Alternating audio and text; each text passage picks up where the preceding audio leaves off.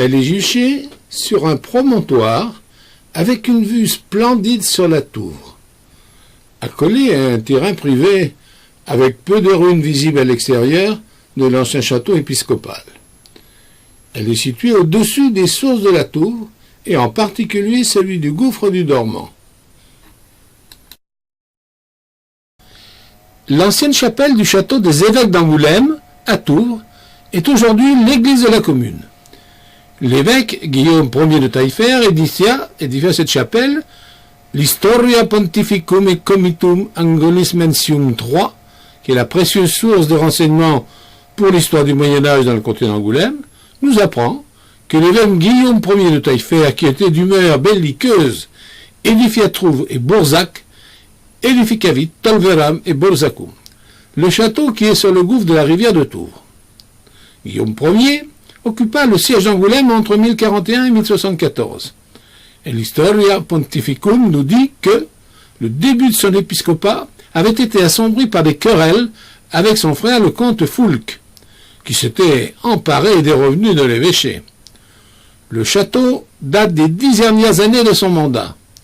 La forteresse ayant été reconstruite plusieurs fois pour être démantelée définitivement par le maréchal de Sancerre durant la guerre de Cent Ans, il ne semble pas qu'il ait été relevé par la suite, bien que ces ruines ayant fait partie du domaine royal jusqu'au XVIIIe siècle, les évêques d'Angoulême conservant pour leur part le titre de baron de Tours jusqu'à la Révolution. L'église a demi-ruiné en 1631 et restaurée peu après. Puis en 1755, le second mentionne la construction du clocher actuel au XVIIe siècle. Ni l'un ni l'autre ne semble avoir relevé, à l'extérieur du goutreau nord du chœur, sur un mur manifestement remonté avec des matériaux anciens. L'inscription Anno 1691, c'est en 1845 que les voûtes ruinées de l'église furent remontées en briques.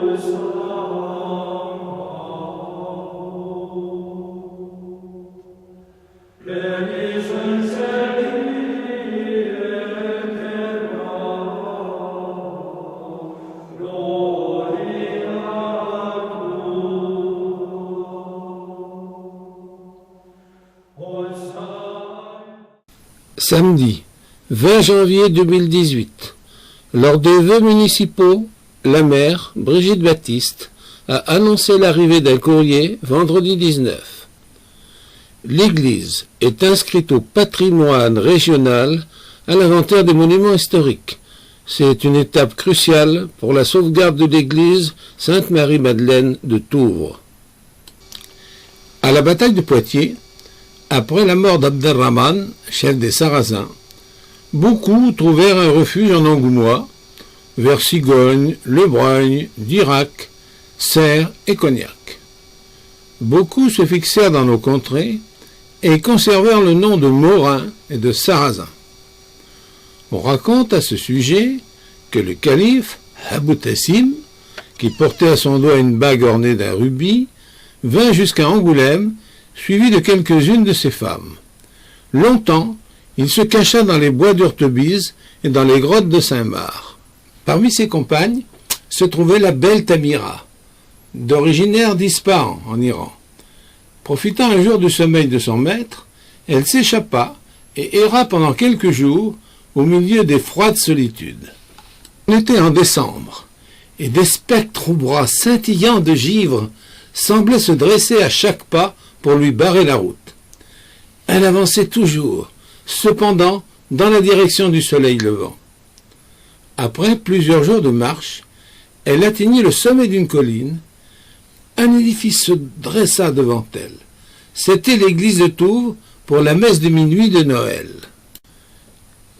Quand la cérémonie religieuse de Noël prit fin, Tamira fut d'abord l'objet d'une curiosité inquiétante.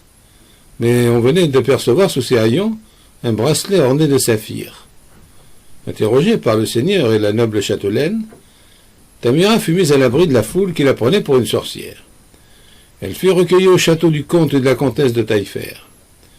Aidée de leur chapelain, ils la convertirent à la foi chrétienne. Par la suite, elle se maria. Ses filles et ses garçons pullulèrent comme les poussières opalines de la Voie lactée en cette nuit de décembre où elle eut l'idée de quitter la grotte. Le calife chercha vainement Tamira. La légende raconte qu'errant sur les bords de la tour, il découvrit dans les herbes une gemme qui ornait les bijoux de la fugitive. Le pauvre prince ne résista pas à l'appel du dormant. Il trouva la mort dans son onde bouillonnante. L'imagination populaire ajoute que Mélusine, la fée, émue de son infortune, descendit pour le voir jusque dans les ténèbres du gouffre.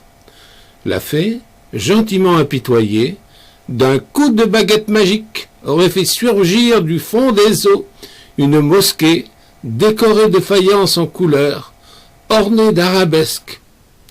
La légende affirme aussi qu'à l'heure de la messe de minuit, lorsque la cloche prend sa voix la plus claire pour appeler les fidèles, le dormant laisse monter à sa surface des plaintes qui s'achèvent en rugissements.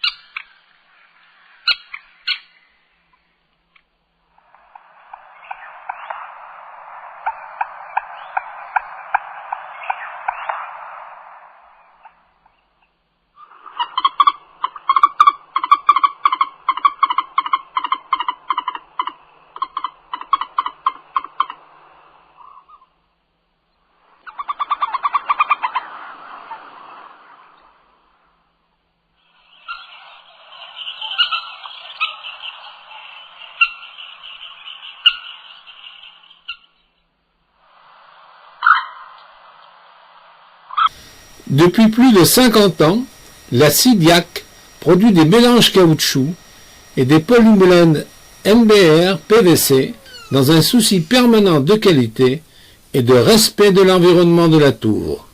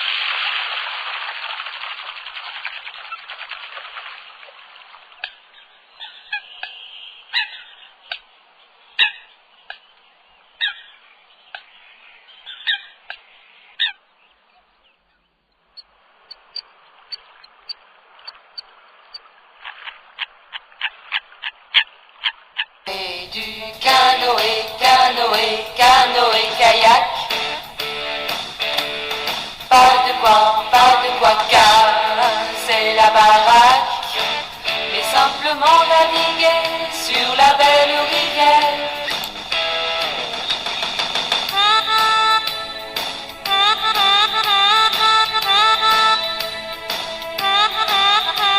Je n'ai jamais eu le sens de l'orientation. Tout ce que je fais, c'est à une seule condition: marcher vers la lumière et la liberté. C'est pour moi la seule façon d'aimer. Oui, je l'aime, cette belle vallée. J'oublie tout sur ton arche de Noé. On fait du canoë, canoë, canoë, kayak. Pas de quoi casser la baraque, et simplement la vie.